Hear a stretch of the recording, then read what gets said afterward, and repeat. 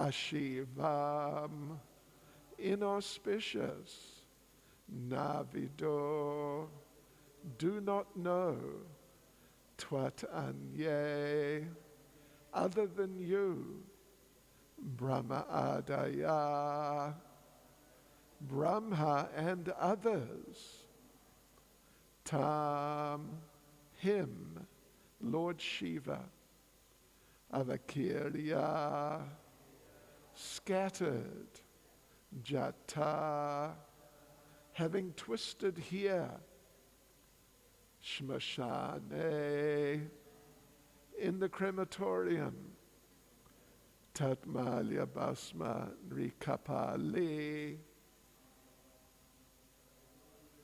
who is garlanded with human skulls and smeared with ashes. Avasat, associated, Pishachai, with demons, yea, who, Murdabi, with the head, Dadati, place, Tatcharana Avasrishtam, fallen from his lotus feet. Translation. And this is Sati continuing to address her father Daksha. Do you think that greater, more respectable personalities than you, such as Lord Brahma, do not know this inauspicious person who goes under the name Lord Shiva? He associates with the demons in the crematorium. His locks of hair are scattered all over his body. He is garlanded with human skulls and smeared with ashes from the crematorium. But in spite of all these inauspicious qualities, great personalities like Brahma honor him by accepting the flowers offered to his lotus feet and placing them with great respect on their heads. Purport by Srila Prabhupada. It is useless to condemn a great personality like Lord Shiva, and this is being stated by his wife Sati to establish the supremacy of her husband. First she said, you call Lord Shiva inauspicious because he associates with demons in crematoriums, covers his body with the ashes of the dead, and garlands himself with the skulls of human beings. You have shown so many defects, but you do not know that his position is always transcendental. Although he appears inauspicious, why do personalities like Brahma respect the dust of his lotus feet and place on their heads with great respect those very garlands which are condemned by you?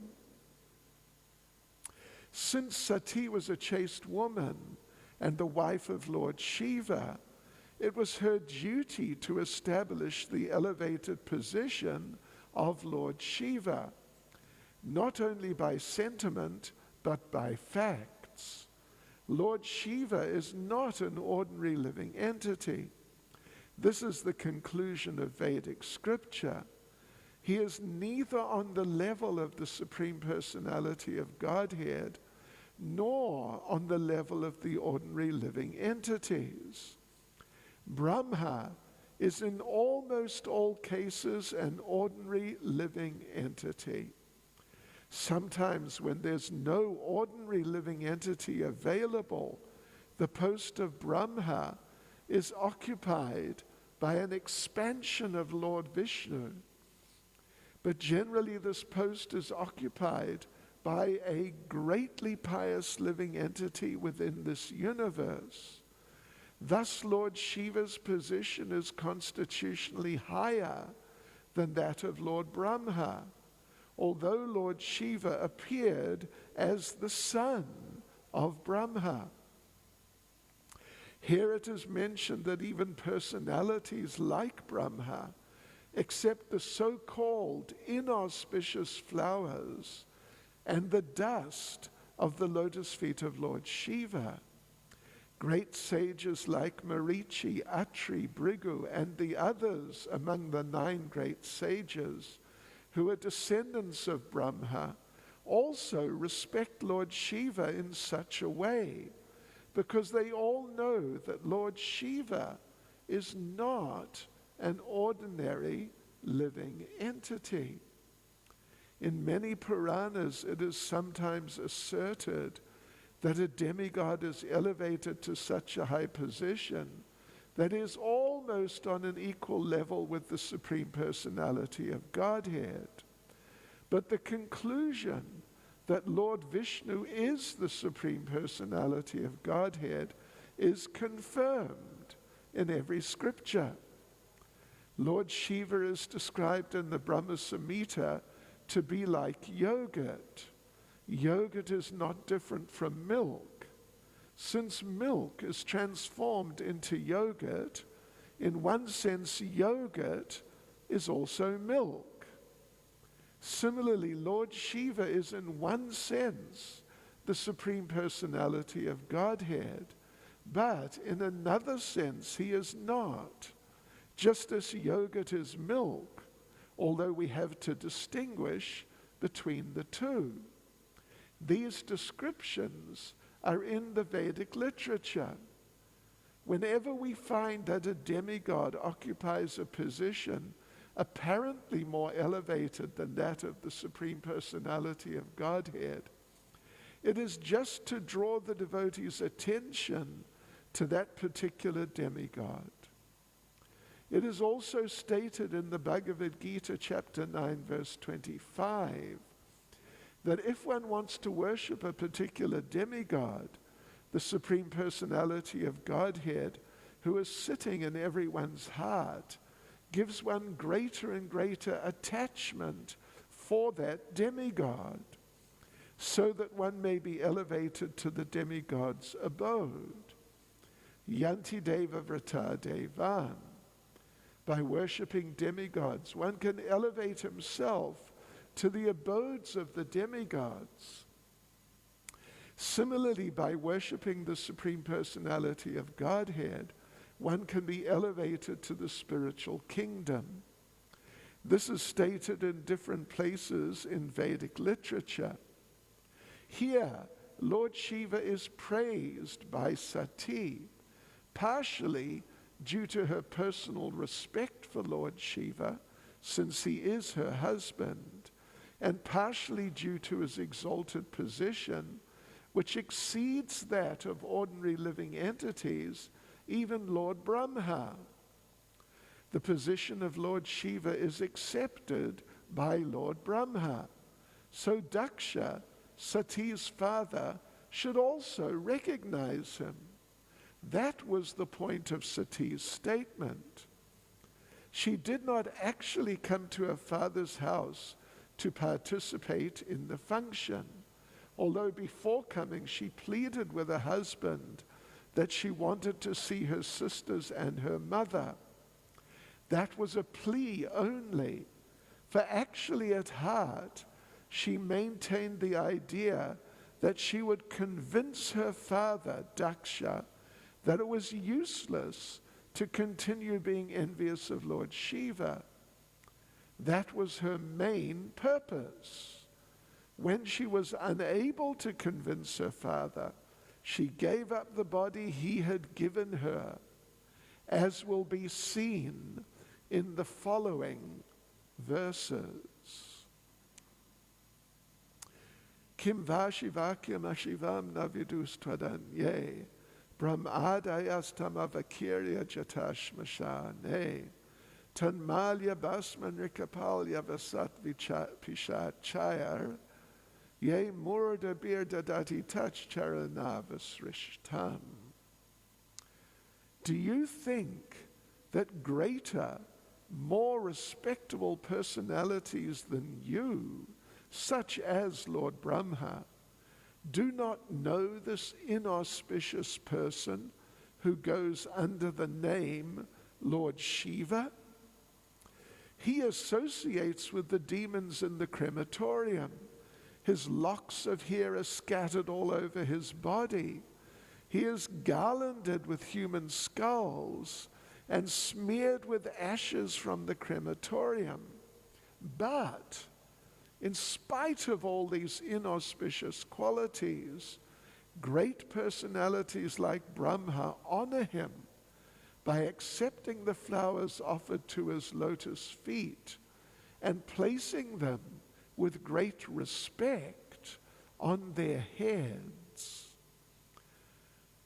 Nama Om Vishnupadaya Krishna Prestaya Bhutale Shrimad Bhaktivedanta Swaminiti Namane Namaste Saraswati Deve Gauravani Pracharne Nirvishesha Shunyavadi Paschachade Shatarne Sri Krishna Chaitanya Prabhu Nityananda Shri Advaita Gadadha Shivasati Gaura Bhakta Vrinda Hare Krishna, Krishna Krishna, Hare Hare, Hare Rama, Rama Rama, Hare Hare. Shri Shri Radha Radhanath Shri Giri Govardhan Shri Chaitanya Mahaprabhu Ki Jai. Vanchakalpatarubhyascha kripa sindhubhya evacha Patitanam Pavanebhyo Vaishnavebhyo Namo Namaha. Srila Prabhupada Ki Jai. So Sati, as she has been doing for the last few verses, and she's going to continue doing for a few more, she is chastising her father for being just so envious and, what to speak of, disrespectful, but just blatantly envious of her husband, Lord Shiva.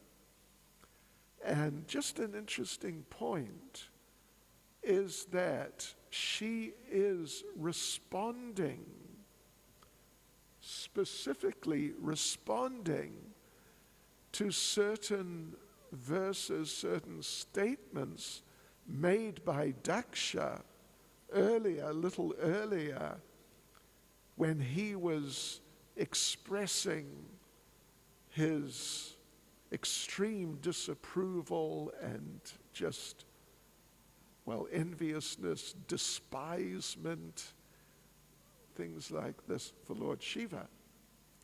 So this particular verse here, 4th Canto, chapter 4, verse 16, is a response to 4th Canto, chapter 2, 2 chapters ago, verses 14 and 15.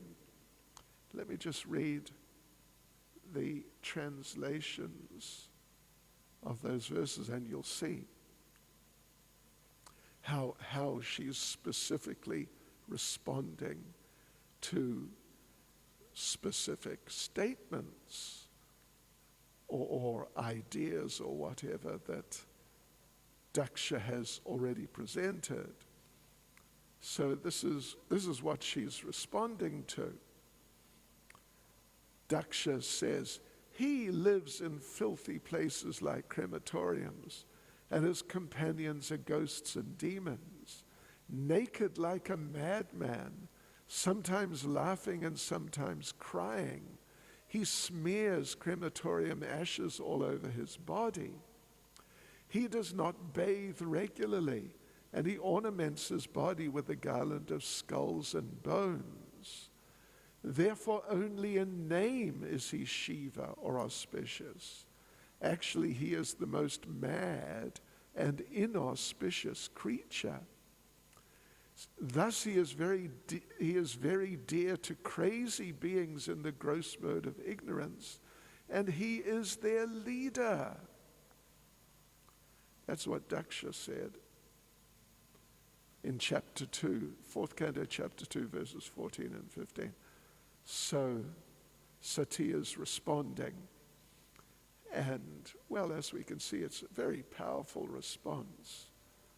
It's a very powerful response. It's a very heavy response. But it's a very clever response also. That, do you think that Lord Brahma, who is your father, actually, he's the father of Daksha, and he is a sampradaya leader, the head of a sampradaya, and he's just respected so much for good reason. Lord Brahma, because he's so qualified in so many ways. So therefore, as she's saying, he's greater than you. He's more respectable than you.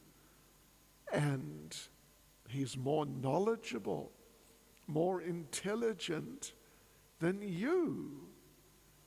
So what are you saying then, Daksha? Are you saying Lord Brahma is a fool? Is unqualified? It's clear he's not. It's very clear Lord Brahma is not unqualified basically at all. Rather, he's extremely qualified and more qualified and accepted as more qualified than you. But he offers respects to Lord Shiva, the same person who you're saying is crazy and wild and just tamasic and pishachai, associated with demons, these extremely nasty and just very grotesque and gross tamagun, mode of ignorance, living entities like, well, pishachas, like goblins, hobgoblins, and ghosts, and tikaloshes, I'm sure. Yeah, these types of, you can hardly call them persons. They're just like, they're creatures, although they have kind of somewhat human-like forms, at least to some degree. So you're criticizing Lord Shiva like this, but Lord Brahma and so many others, it's not just Lord Brahma. If it was Lord Brahma, that would be enough even, but it's not just Lord Brahma. It's so many other great personalities. And she doesn't mention specifically here, but even sometimes the Supreme Personality of Godhead himself offers praise and glorification and appreciation of Lord Shiva. So, Daksha, who do you think you are that you can make such just extreme criticisms of this person who otherwise, these people like Lord Brahma specifically, he takes flowers which have been offered at the lotus feet of Lord Shiva, and in a very respectful way, he places them on his head.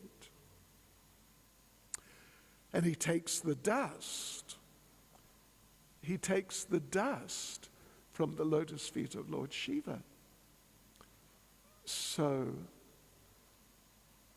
Lord Shiva, in other words, Daksha, You cannot understand.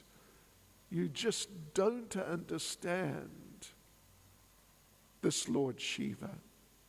You have misunderstood him extremely badly, and in this way you have created and you're continuing to create offenses at the lotus feet of this great personality.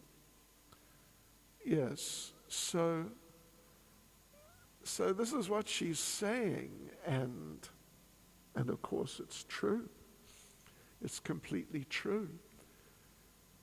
Yesterday it was, or anyway, one of the days, maybe on Tuesday, there was a discussion about how Daksha's on the bodily platform, and he considers qualifications or characteristics, things like this, in regard to the body, the bodies of people. These are the things which the person should be evaluated by. And particularly in this case, he has said, Daksha has said that Lord Shiva should be evaluated in bodily terms, and in this case, specifically because he is the husband of my daughter. He's my son-in-law. So effectively, he's in the position, more or less, at least officially, of being my son. And when someone is your son, then they're junior to you in bodily terms. But here he's making the point about specifically, particularly mentioning Lord Brahma. There are many other people he could mention, and as we said, it even includes sometimes the Supreme Lord Vishnu in one form or another. He does offer respects to Lord Shiva. But here, particularly, she's mentioned Lord Brahma. In other words, if you're going to say that we should use bodily standards, bodily considerations to evaluate, in this case, Lord Shiva, then that Lord Shiva is junior to you and must therefore offer respect to you. But Lord Brahma is actually the father of Lord Shiva.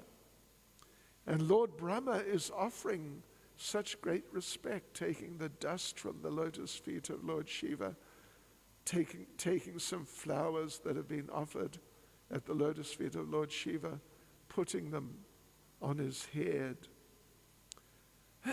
that you can hardly offer more respect to a person than by taking something which has come from their feet and placing it on your head, because the feet are the lowest part.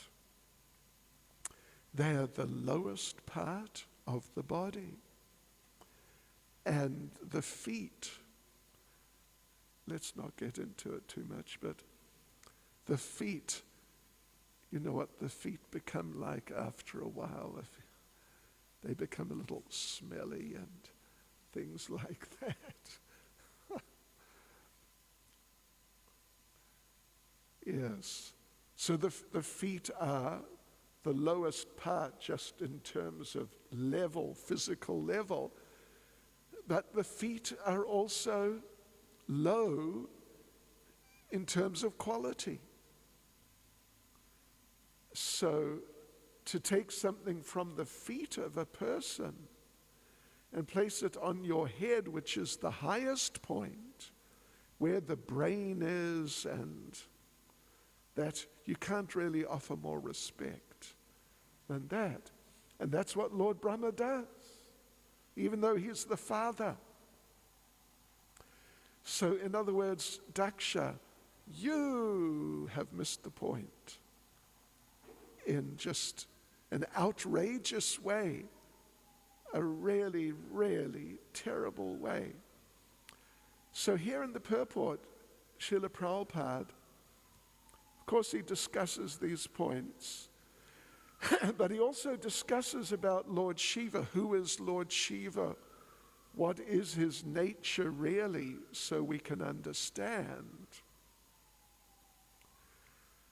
Actually, Lord Shiva is spiritually and materially, in any sense, Lord Shiva is even higher than Lord Brahma.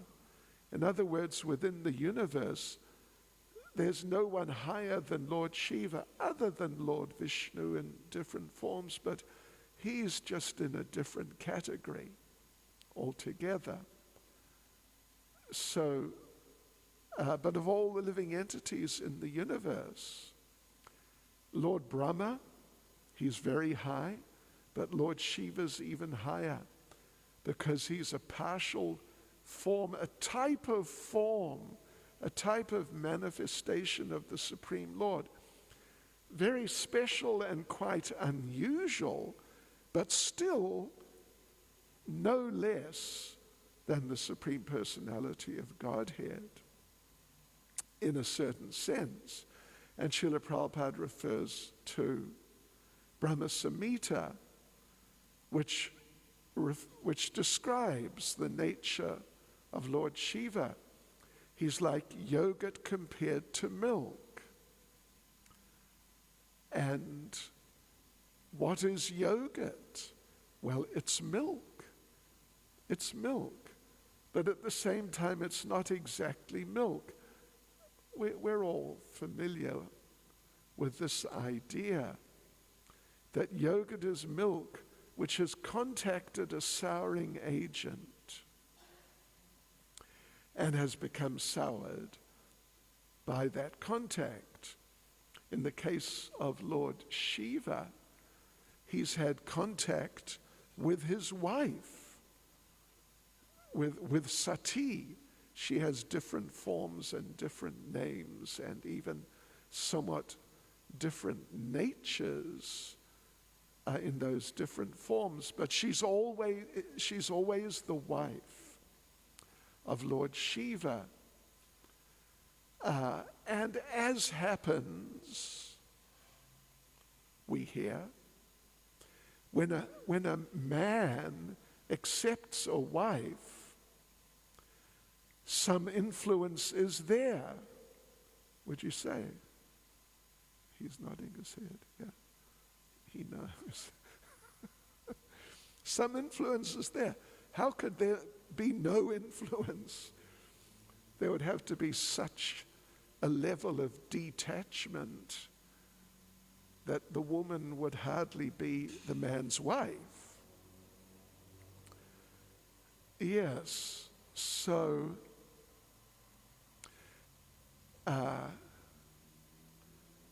Lord Shiva becomes soured. To some degree, it's also a matter of degree. It's not like totally soured, so he becomes just like really unpleasant or undesirable, but somewhat soured by his relationship with his wife, who generally speaking is addressed as Parvati. And so therefore, he's not exactly the same as what he was before. Of course, it's eternal. There was no before, actually. There was no time when Lord Shiva was simply Lord Vishnu. But then he came in contact. It's always been like that.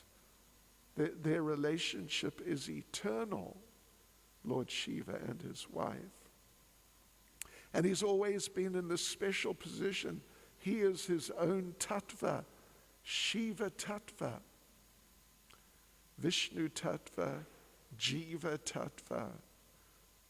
You know, we hear about these two tattvas or categories of beings more than others, but Lord Shiva is his own tattva, his own category, Shiva Tattva, just as Srimati Radharani is her own tattva, Shakti Tattva, and with her expansions also, they're in that category. So yes, Lord Shiva's like that.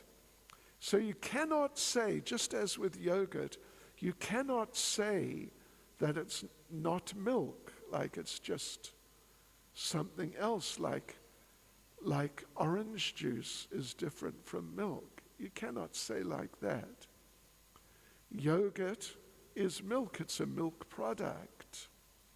But at the same time, it's not exactly milk as such. And of course, you can turn milk into yogurt, but you can't turn yogurt back into milk. It's permanent. That's it. It's finished like that.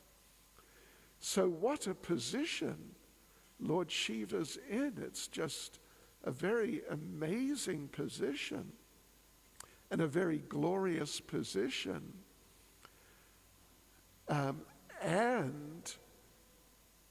Sati is mentioning all those things which apparently are disqualifications in the person of Lord Shiva, which Daksha had mentioned earlier as we read. But that has to be understood, that Lord Shiva is Patita Pavan. That's also a name for him. Of course, it's a name for Lord Caitanya, obviously, but it's also a name for Lord Shiva, that he specifically goes out of his way to deliver these beings who would otherwise be considered impossible, beyond the possibility of redemption, not worth trying even to do anything. Too low, just too low. But Lord Shiva is so merciful that, understanding the desire of the Supreme Lord to deliver the fallen souls, he tries to deliver them, and he does deliver some of them. He does deliver some of them. Just like we mentioned the other day or a few weeks ago, how Srila Prabhupada was, in very practical terms, he was definitely Patita Pavan. And not just a few, but let's just say some of the people he made into devotees, they were actually considered impossible by some or all, or at least some of his godbrothers. And one devotee who was here, Murti Das, I don't know if any of you knew Murti, probably not. Did you know Murti? No. Old Prabhupada disciple. He was here, involved in the construction of this temple in the 80s. He told us he was in Mayapur with Srila Prabhupada at the time in 1973 when George Harrison donated Bhaktivedanta Manor to Prabhupada, really, to Prabhupada. And on that day, the very day the news came that George Harrison has done this and given this very nice and very valuable place for Srila Prabhupada and his followers, on that day, Srila Prabhupada was meant to go and visit his godbrother, Sridhar Swami, who was generally favorable to Prabhupada. Others of his godbrothers, anyway. But Sridhar Maharaj was relatively quite favorable to Prabhupada. And this news came, and Prabhupada was just about to go and visit Sridhar Maharaj in Navadvip. And Murti Prabhu said that either he or one other devotee, but he was present, said to Prabhupada, "Oh, we will have to tell Sridhar Maharaj that this has happened, that George Harrison has donated this valuable property, and it's very good." And Srila Prabhupada said, "No, don't tell him, because he will think that it's a contaminated donation. And by accepting it, we will become contaminated because it's coming from a contaminated person." And yeah, well, let's face it, George Harrison was, he was a devotee, but there was some contamination also. So yes, Lord Shiva is so kind, so broad-minded, that he actually goes to the places where these ghouls, and the term is used, pishachas, these just really demoniac beings who are, whether they're human species or not is really quite debatable. Even though many of them have somewhat human features. And he spends time with them, and he adopts an appearance which will appeal to them and which will encourage them to accept him and take him seriously. He does that, but not because he's that sort of person. It's simply his device to deliver these people, which he's sometimes able to do. But because of the surface appearance, it's not difficult for people who lack a deeper vision and deeper understanding. It's not difficult for them to misunderstand. And that's what Daksha has done.